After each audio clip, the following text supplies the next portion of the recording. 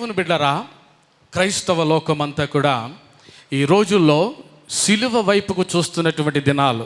ఈ 40 దినాలు కూడా ప్రార్థన చేస్తూ క్రైస్తవ లోకమంతా సిలువ వైపుకు చూస్తూ ఉంటుండగా, సిలువ ద్వారా పొందుకునేటువంటి ప్రతి ఆశీర్వాదాన్ని సిలువ అనుభవంలోనికి ప్రతి వారు కూడా నడిపించబడాలి అని నేను ప్రార్థన చేస్తూ ఉన్నాను. అందును బట్టే experience God like never before అనంటే, దేవుణ్ణి ఇంతకుముందు ఎప్పుడు కూడా అనుభవించనటువంటి రీతిగా మీరు ఈ సిలువ దగ్గరికి వచ్చేటప్పటికి, మీరు ప్రార్థన చేస్తూ ఉన్నప్పుడు, సిలువ వైపుకు మీరు చూస్తూ ఉన్నప్పుడు, ఆ నూతనమైనటువంటి అనుభవంలోనికి దేవుడు మనల్ని నడిపించునుగాక. అందరూ చేతులపైకి తామేం చెప్పండి. మరొకసారి ఈ సిలువ శ్రమల్లోనికి మనం వెళదాం. ప్రియులారా, దావీదు భక్తుడు రాసినటువంటి కీర్తనలో 12వ వచనాన్ని చదవండి. వృషభములు అనేకములు నన్ను చుట్టుకొని ఉన్నవి, బాషాను దేశపు బలమైన వృషభములు నన్ను ఆవరించి ఉన్నవి. బాషాను దేశపు వృషభములను గురించి ఆయన ఇక్కడ మాట్లాడుతూ అంటున్నాడు కదా. అవి బలమైనటువంటి వృషభములు, అవి నన్ను చుట్టుకొని ఉన్నాయి, అవి నన్ను ఆవరించి ఉన్నాయి అని అంటున్నాడు.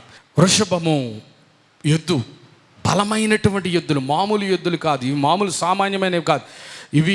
వీటికి ఒక విశిష్టత ఉంది. అందుకనే బైబిల్లో దీని గురించి చాలా ప్రత్యేకంగా. ఇప్పుడు యేసుక్రీస్తు ప్రభువారు వదకు తేబడినటువంటి గొర్రెపిల్లగా ఆయన అక్కడ ఉంటే, ఆయన చుట్టూ కూడా శత్రువైనటువంటి సైతాను, వాడి యొక్క గణము ఏదైతే ఉందో, వాడి యొక్క సైన్యం అంతా కూడా యేసుక్రీస్తు ప్రభు చుట్టూ కూడా ఆవరించినటువంటి సన్నివేశం అది. ఆలోచించండి. ఇవి దేనికి సాదృశ్యంగా ఈయన వ్రాస్తూ ఉన్నాడంటే, ఆనాటి ప్రభుత్వం చాలా పవర్ఫుల్, చాలా రవి అస్తమించని సామ్రాజ్యం అని చెప్పబడుతుంది, రోమా సామ్రాజ్యం. ఆ సామ్రాజ్యానికి ఆనాటి రాజ్య అధికారులు ఉంటున్నారే, చాలా బలమైనటువంటి అధికారము కలిగినటువంటి వారి యొక్క చూడండి, ఈ సిలువ అనేటువంటిది వారి ద్వారానే ఈ లోకంలోనికి వచ్చింది. ఎంత భయంకరమైన నీచంగా ఆ సిలువ శ్రమ అనేటువంటిది ఎవరైతే దోషి ఉంటాడో ఆయన అనుభవిస్తాడు. అలాంటి సిలువ శ్రమను వారే ఇంట్రడ్యూస్ చేశారు. కాబట్టి వారికి సాదృశ్యంగా ఉన్నటువంటి ఈ యొక్క ఆంబోతులు అని చెప్పాలా, అర్థమవుతుందా? కాబట్టి ఆ ఆంబోతులు నా యేసయ్యను చిత్రవధ చేసినటువంటి వాటిని ఎంత అమానుషంగా ఆయనను పట్టుకుని చీల్చేశారో, బ్రతికుండగానే చర్మాన్ని ఒలిచేశారో. మీలో ఎంతమంది ప్యాషన్ ఆఫ్ క్రైస్ట్ చూసారు, వీడియో చూసారు? ఎంత బాధ, ఎంత భయంకరమైనటువంటి ఆ వేదన అక్కడ కనబడుతుందో చూడండి. యేసు ప్రభుని వారు హింసించినటువంటి విధానం, ఆయనను చిత్రహింసలు చేస్తున్నటువంటి విధానం జాగ్రత్తగా ఆలోచిస్తూ సైంటిస్టులు, శాస్త్రవేత్తలు 3 రకాలుగా దాన్ని విభజించారు. 3 రకాలుగా దాన్ని డివైడ్ చేస్తే, ఒకటి ఏంటంటే ఫిజికల్ టార్చర్, శారీరకమైనటువంటి టార్చర్, హింస. రెండవది మానసికమైన టార్చర్, మెంటల్ టార్చర్ అని అంటారు చూసారా, అది. మూడవది స్పిరిచువల్ టార్చర్, ఆధ్యాత్మికమైనటువంటి హింస. 3 రకాలుగా వారు యేసును హింసించినట్లుగా శాస్త్రవేత్తలు 3 రకాలుగా విభాగించారు. చూడండి, ఈ శారీరకమైనటువంటి హింస యేసును కొరడాలతో కొట్టడం నుంచి ప్రారంభమవుతుంది. యేసును కొరడాలతో కొడితేనే చచ్చూరుకుంటారు. అంత భయంకరమైనటువంటి బాధ. యేసు ప్రభుని కొట్టినటువంటి ఆ కొరడాలు ఎలాంటి కొరడాలు అంటే, అవి దాని చివర మేకులు ఉంటాయి. అవి కొట్టినప్పుడు ఆ శరీరాన్ని ఇలా పట్టుకుంటుంది, ఆ చర్మాన్ని లాగితే ఏమొస్తుంది? చర్మం వస్తుంది బయటికి, మాంసం వస్తుంది బయటికి, రక్తం బళ్ళున కారుతుంది. దేవుని బిడ్డలారా, ఎంత వేదన, ఎంత భయంకరమైనటువంటి హింస. దాంతోనే సరిపెట్టుకున్నారా అని అంటే కాదు. యేసు తల మీద, శిరస్సు మీద ముళ్ళ కిరీటమును పెట్టారు. దాన్ని గట్టిగా అణిచినప్పుడు ఆయన యొక్క తలలోనికి ఆ యొక్క ముళ్ళు అవి గుచ్చుకుంటుంటే ఆ తలలో నుండి రక్తస్రావము. దేవుని బిడ్డలారా, ఇవన్నీ కూడా శారీర సంబంధమైనటువంటి హింసలు. దీని ద్వారా ఈ శరీరం నీరసించిపోతుంది అన్నమాట, నీరసించిపోతుంది. అటువంటి భయంకరమైనటువంటి ఆ కఠినమైనటువంటి ఏ విధమైనటువంటి జాలి కరుణ లేకుండా భయంకరమైన చిత్రవద యేసు శరీరము అనుభవించింది. రెండవ కేటగిరీలో మానసికమైనటువంటి టార్చర్, మెంటల్ టార్చర్ అనేది మీరు టీవీలో చూస్తూ ఉంటారు, లేకపోతే వార్తాపత్రికలు చూస్తూ ఉంటారు. మెంటల్ టార్చర్ భరించలేక ఏమండి చాలామంది ఏం చేసుకుంటారంటే ఆత్మహత్య చేసుకుంటారు. ఆ ఒత్తిడి దాన్ని భరించలేక ఆత్మహత్య చేసుకుంటారు. మెంటల్ టార్చర్, పిచ్చోళ్ళు అయిపోతారు. యేసయ్యను సిలువ వేసినప్పుడు తీసుకుని వెళ్ళి ఆ బహిరంగ ప్రదేశంలో అందరూ చూచేటట్టుగా ఆ సిలువ మీద ఆయన వ్రేలాడాడు. ఎలా వ్రేలాడాడు? ఆయన వస్త్రములు తీసివేశారు. ఆయన దిగంబరునిగా యేసయ్య పబ్లిక్గా ఆయన సిలువ వేయబడుతుంటే ఎంత అవమానానికి ఆయన గురై ఉంటాడో ఒకసారి మీరు ఆలోచన చేయండి.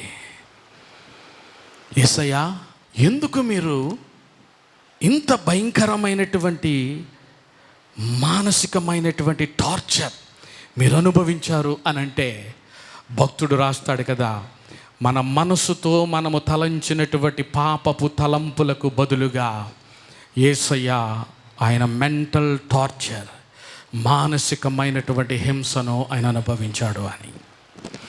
ఆత్మ సంబంధమైనటువంటి హింస, ఆ హింసను నీవు దేవుని కుమారుడవైతే ఆ సిలువ దిగిరా. నీవు యూదులకు రాజు అంట కదా, నువ్వు నిజంగా రాజు అయితే నిన్ను నీవు రక్షించుకోలేవా? నీవు దైవ కుమారుడవంట కదా, దైవత్వాన్ని హేళన చేస్తూ అవమానిస్తున్నటువంటి కుక్కలు అక్కడ ఉన్నాయి. అందుకనే భక్తుడు ఆ విధంగా వ్రాస్తూ ఉన్నాడు. మాకు అధికారం ఉంది, మాకు శిక్షించేటువంటి అధికారం మాకు ఇచ్చారు ప్రభుత్వం వారు. మా ఇష్టం ఎలాగైనా సరే అతి నీచంగా నీ అంతేంటో తేలుస్తామనే రీతిగా వారు యేసయ్యను చిత్రవద చేస్తూ ఉన్నారు. అయినా సరే నా యేసయ్య ఒక్క మాట కూడా మాట్లాడకుండా మౌనిగా ఉండేనని దేవుని వాక్యంలో మనం చూస్తున్నాం. దేవుని బిడ్డారా, ఒక గొప్ప బైబిల్ పండితుడు ఆయన కామెంటరీ ఇస్తూ దీని గురించి ఆయన ఏమంటాడో తెలుసా? ఇవన్నీ కూడా, ఈ సన్నివేశం అంతా కూడా ఆయన ఎలా మాట్లాడతాడంటే, యేసయ్యను ఆవరించినటువంటి ఈ యొక్క భయంకరమైన ఆంబోతులు, లేకపోతే ఎద్దులు కానివ్వండి, ఈ సింహాలు కానివ్వండి, కుక్కలు కానివ్వండి, ఇవన్నీ కూడా ఎవరికి సాదృశ్యంగా ఉన్నాయి అని అంటే దేవునిని ఎరుగనటువంటి వారు అని వారి గురించి కాదు రాయలే, దేవుని ఎరిగినటువంటి వారు అని వ్రాస్తాడు ఆయన. ఎందుకో తెలుసా? ఒక రోజున యేసు యొక్క అద్భుతాలు చూసిన వారు వీరు. యేసు వారి కళ్ళ ముందే ఆశ్చర్యమైనటువంటి కార్యాలు చేస్తే ఆయనను వెంబడించినటువంటి జన సందోహం వీరు. అప్పుడేమో హోసన్నా హోసన్నా అని జైలు కొడితే, ఇప్పుడు అదే ప్రజలు అదే నోటితో అంటున్నారు కదా, సిలువ వేయండి అని కేకలు పెడుతున్నటువంటి మానవుని యొక్క బుద్ధి.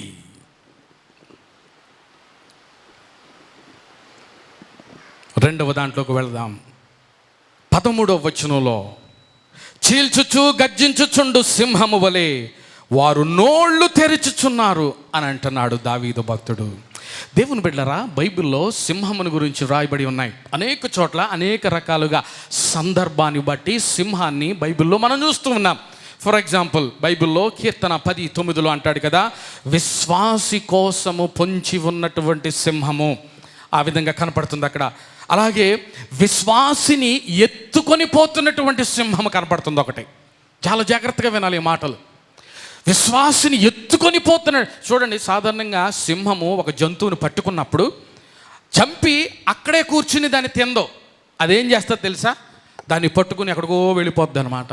దాన్ని తీసుకుని వెళ్ళిపోయి, అంటే దొంగిలించేటువంటి స్వభావము కలిగినటువంటిది, చంపేటువంటి స్వభావము, మింగేటువంటి స్వభావము. అంతేకాదు, ఆ యొక్క జంతువు దాని యొక్క రక్తము, మాంసము, చర్మము ఇదంతా తిన్న తర్వాత దానికి ఇంకా ఆకలి తీరదంట. అది ఇంకా ఏం చేస్తుందో తెలుసా? దాని ఎముకల్ని కూడా నమలడానికి ప్రయత్నం చేస్తుంది సింహము. సింహము గర్జిస్తుంటుంటే ఆ చుట్టుప్రక్కల ఉన్నటువంటి ఆ ప్రాంతంలో ఉన్నటువంటి మిగిలిన జంతువులు కూడా వెన్నెముకల్లో వణుకు పుడుతుంది. వాటికి వెన్నెముకలో వణుకు పుడుతుంది. అంత భయంకరమైంది సింహము. అందుకనే దేవుని బిడ్డారా, బైబిల్లో ఇది ఎవరిని మృంగుదునా అని ఎవరి గురించి రాయబడి ఉంది? మన గురించి రాయబడి ఉంది, క్రైస్తవుల గురించి రాయబడి ఉంది, విశ్వాసుల గురించి రాయబడి ఉంది. అందుకనే పౌలు భక్తుడు అంటాడు, జాగ్రత్త, అనుదినము కూడా మీ విశ్వాసమును మీరు కాపాడుకోండి. అందుకనే కడవరి దినాల్లో ఎవరిని మింగుదునా, ఎవడిని పడకూడదు, ఎవడిని నాశనం చేయాలి, ఎవడిని ఎత్తుకెళ్ళిపోవాలా అనే రీతిగా సింహాలు గర్జిస్తూ ఉన్నాయి. దీనికి సాదృశ్యం అపవాదిని గురించి మాట్లాడుతున్నాడు. ఈ క్వాలిటీస్ అన్నీ కూడా ఎవరికి ఉంటాయి? అపవాదికి ఉంటాయి. అపవాది నీకు మంచి చేయడానికి వస్తాడా, చెడు చేయడానికి వస్తాడా? నిన్ను రక్షించడానికి వస్తాడా, నిన్ను చంపడానికి వస్తాడా? చెప్పాలా? చంపడానికే కదా. దొంగిలించుటకు, నాశనము చేయడానికి, చంపడానికి వస్తాడని బైబిల్లో రాయబడి ఉంది.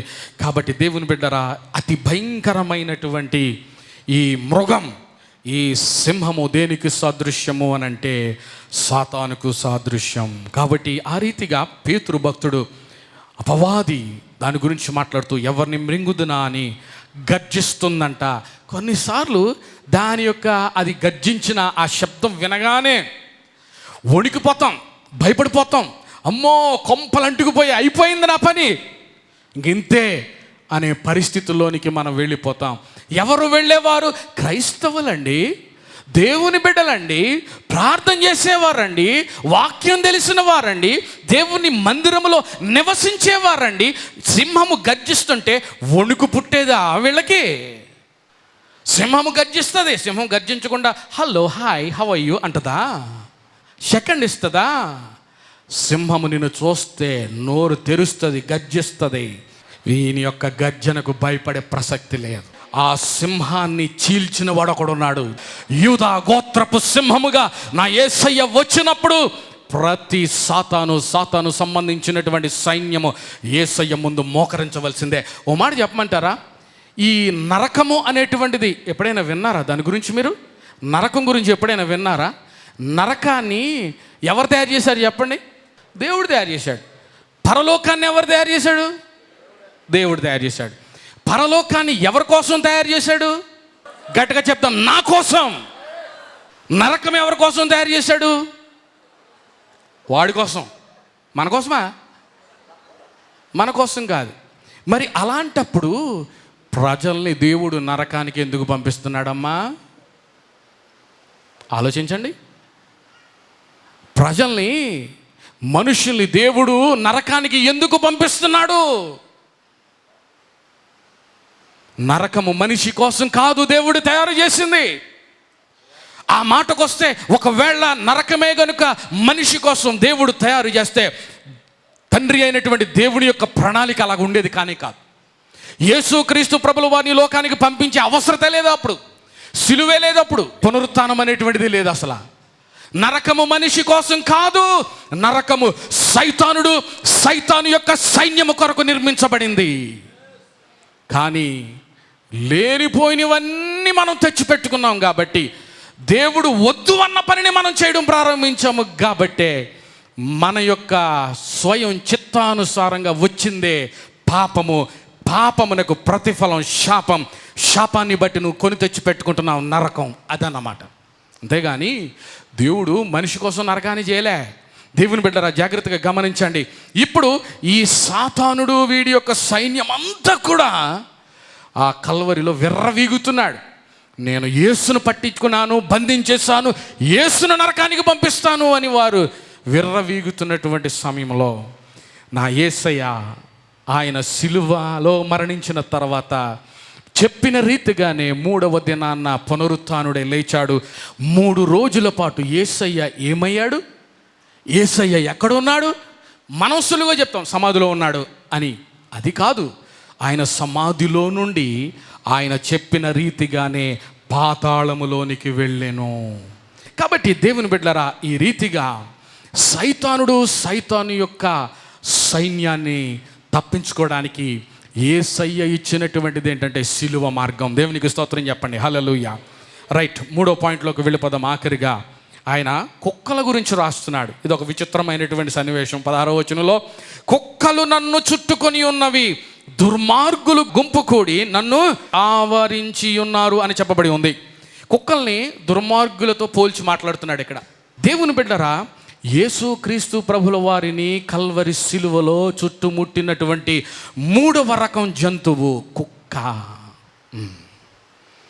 కుక్క అని వ్రాయబడలే, కుక్కలు బహువచనము అక్కడ వ్రాయబడింది. అంటే సంఖ్యకు మించినటువంటి కుక్కలు యేసును పట్టి చీల్చివేయడానికి భయంకరమైనటువంటి క్రూరమైన కుక్కలు, అడవి కుక్కలు లాంటివి. ఈ కుక్క, దానికి సంబంధించినటువంటి స్వభావాలు దాని గురించి బైబిల్లో ఉంటాయండి. అపోస్తుడైనటువంటి పౌలు గారు ఫిలిప్పీలకు రాసిన పత్రిక 3వ అధ్యాయము 2వ వచనంలో ఆయన ఏమంటాడంటే, జాగిలాల విషయం జాగ్రత్త. అలాగే 2వ పేతురు చూడండి ఒకసారి, 2వ పేతురులోకి రండి, 2వ అధ్యాయము 22వ వచనం. కుక్క తన వాంతికి తిరిగినట్టు, కడుగబడిన పంది బురదలో దొర్లుతకు మళ్ళినట్టును అను నిజమైన సామెత చొప్పున వీరికి సంభవించెను. ఆగండి. కుక్క తన వాంతికి తిరుగునట్టు. కుక్కకు ఒక స్పెషల్ క్వాలిటీ, ఎవరికి లేనంత పెద్ద సూపర్ క్వాలిటీ. అదేంటంటే, అది దానికి అరగకపోతే అదేం చేస్తుంది అని ఉంది ఇక్కడ. దాన్ని అరగకపోతే అది వాంతి చేసుకుని మరలా చక్కగా వేడివేడి బిర్యానీ తిన్నట్టుగా తింటది. ఏ జంతువుకు లేనటువంటి అలవాటు అండి దీనికి, ఈ కుక్క యొక్క బుద్ధి. దేవుని బిడ్డలారా, ఇది దేనికి సాదృశ్యంగా మాట్లాడుతున్నాడు, ఎందుకు ఇది రాయవలసి వచ్చింది అని అంటే, రక్షణ పొందినటువంటి దేవుని బిడ్డగా మార్చబడినటువంటి దేవుని బిడ్డరా విశ్వాసి, లేకపోతే దేవుని యొక్క బిడ్డలు, వారి యొక్క జీవితం, ఆధ్యాత్మికమైనటువంటి జీవితాన్ని చూస్తే అనేక మంది, అందరూ కాదు, అనేక మంది జీవితాల్లో ఇలాంటి అలవాట్లు ఉన్నాయి. అది అర్థమవుతుందా? దురలవాట్లు, వ్యసనాలు, భయంకరమైనటువంటి కార్యాలు, కోపము, అసూయ, ద్వేషము, ఓర్వలేనితనము, ఇంకొకరు మంచిగా బాగుపడుతుంటే ఓర్వలేము, కుక్క స్వభావము, అసూయ, కుటుంబంలోనే రక్త సంబంధికుల మధ్యలో. ఇలాంటి వారు లేరంటారా చెప్పండి? రక్షించబడి దేవుని యొక్క నామమును ధరించినటువంటి వారు కూడా తిరిగి లోకం వైపు వెళ్ళిపోతున్నటువంటి మనుషులు లేరంటారా చెప్పండి? కుక్క వాంతి చేసుకుని తిరిగి దాన్ని తిన్న రీతిగానే కుక్క స్వభావము.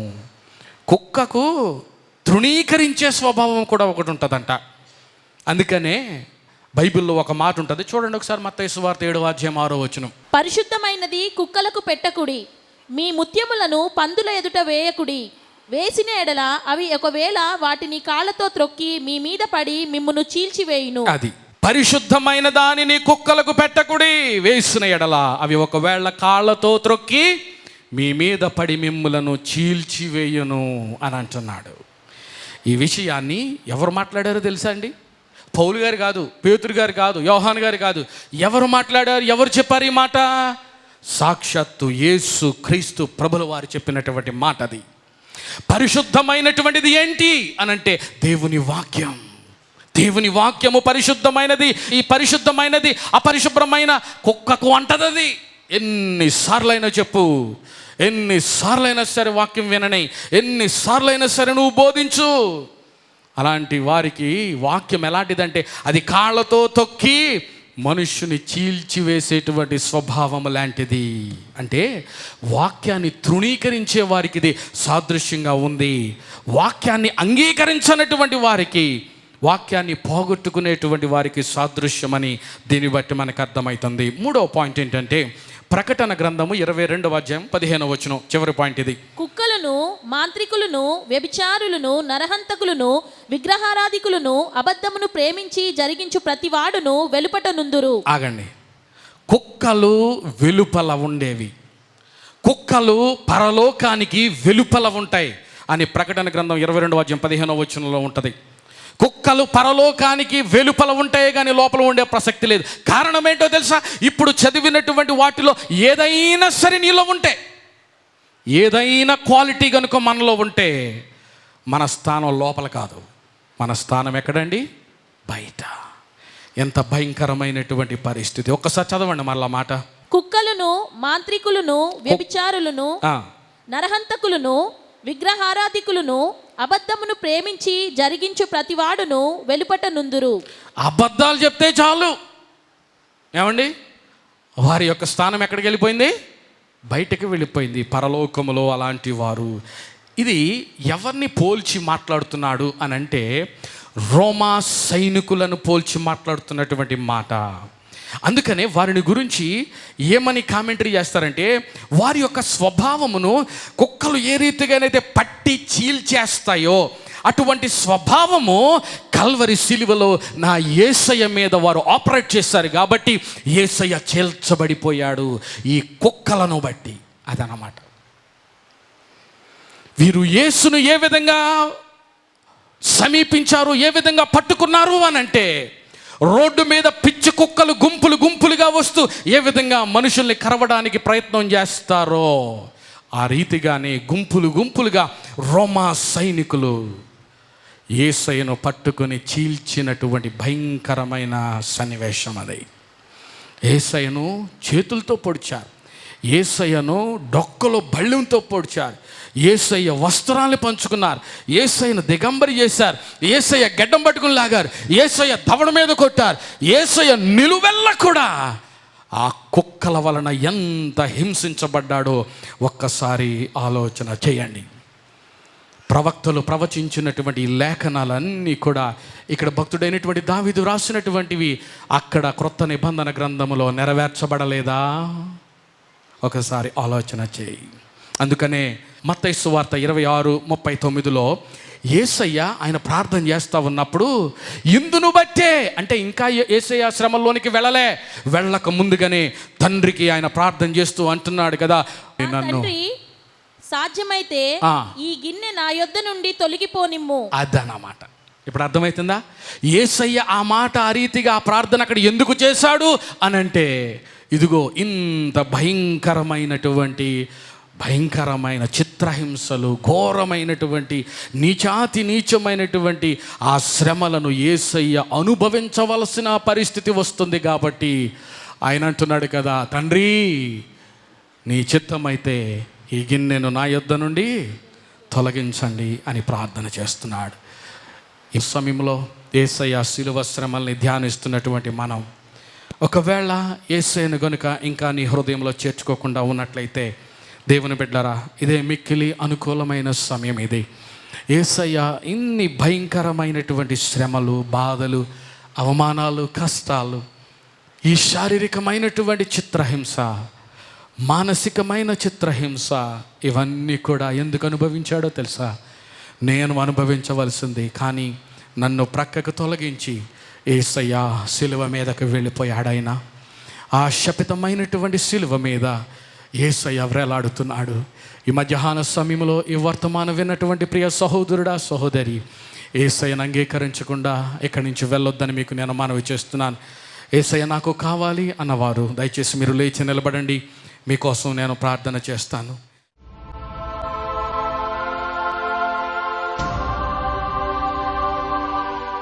ప్రభువా, నీకు స్తోత్రాలు మా తండ్రి. కుడి వచ్చిన బిడ్డలందరినీ కూడా నీ చేతులకు అప్పగిస్తున్నాం.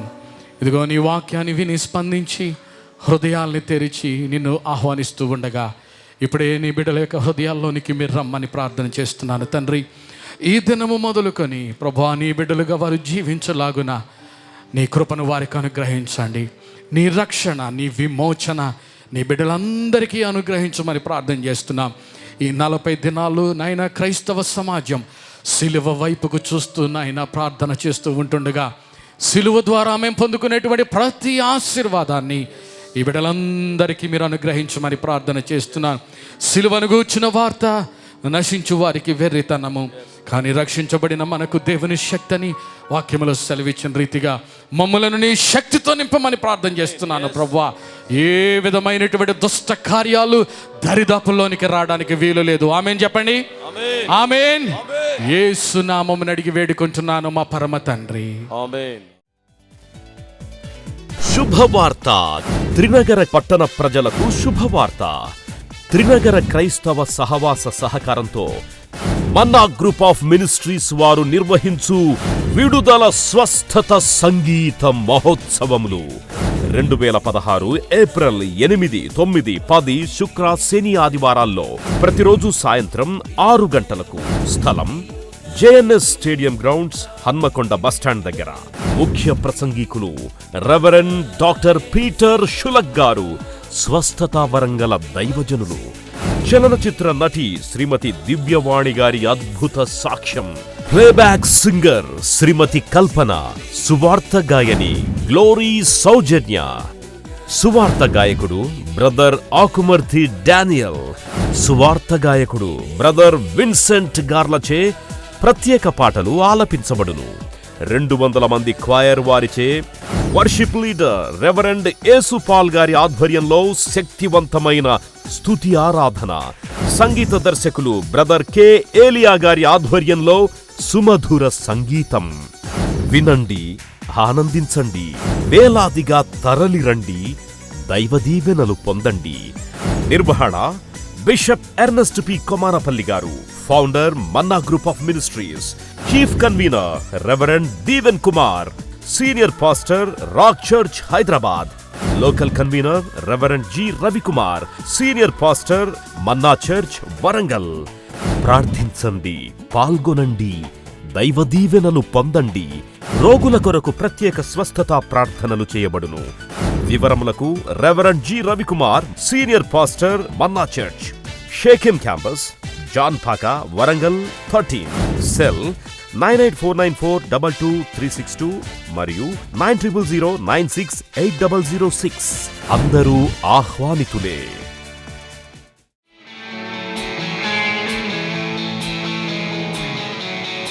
రాక్ చర్చ్ ఆరాధనా సమయములు: ఆదివారం ఉదయం 8 గంటలకు మొదటి ఆరాధన, ఉదయం 10:30 రెండవ ఆరాధన, సాయంకాలం 6 గంటలకు యవ్వనస్థుల కూడిక. సండే స్కూల్ ఉదయం 8:30 మరియు ఉదయం 11 గంటలకు.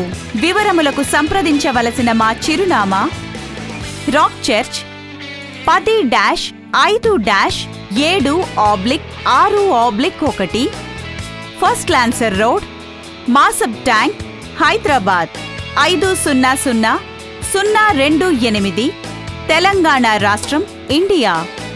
మా ఫోన్ నెంబర్లు 9849082709, 967686867260 మరియు 04023305844.